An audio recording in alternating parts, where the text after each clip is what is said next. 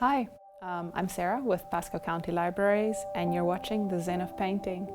So today we're going to be working with watercolors. I had a very negative experience the first time I used them just because I didn't know what I was doing. So I'm going to give you guys a few tips to make it easier and to help ensure that you have success with watercolors. So first things first, I have this nice board here, and you can use any board, but this one is specifically designed for watercolors. You can also just go to the hardware store and literally buy a piece of hardboard. So the second very, very important thing is to use the right paper. So the paper we're using today is Canson XL. No affiliation, no sponsorship, I just like this paper. And this is the 140 pound. It is specifically for watercolor.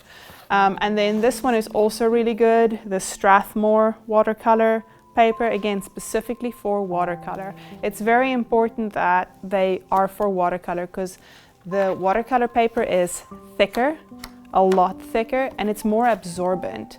I like cold press because it's more forgiving for beginners.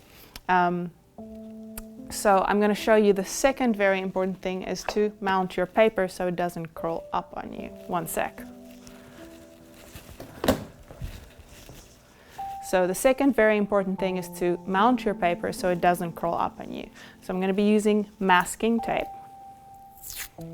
And I'm going to stick this paper to the board.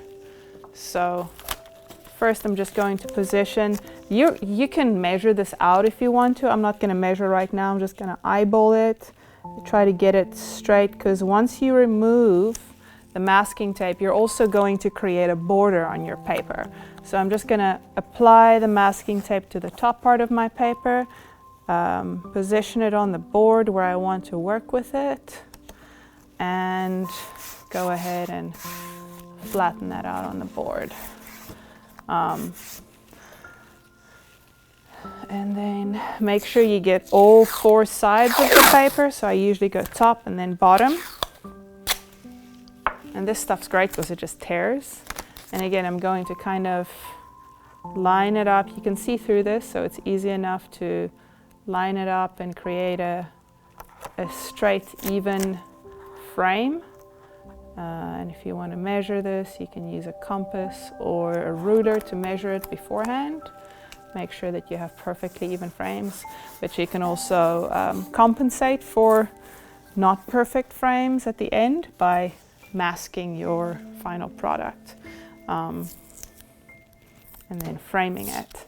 Okay, so I'm gonna tape it on all four sides. I like to just kind of measure how long it needs to be, tear it off, put away my roll, and then I've got two hands and it's easy to manipulate the tape.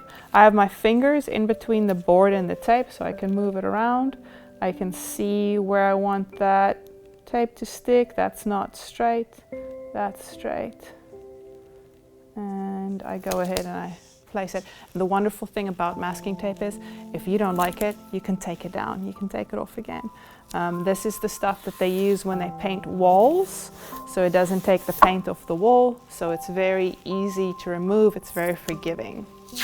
So that's about the right length. Tear it off, place my fingers in between the tape and the board, find the edge that I want. That's a little bit, it's straight, but it's a little bit narrower than this frame is, so I'm just going to move it in a little bit more so that all my frames are about, or my sides of my frame are about even. And there we go. I have my paper mounted on my board. So now when I get it wet, it's not gonna curl up on me, it's not gonna make a mess, and it's just better this way.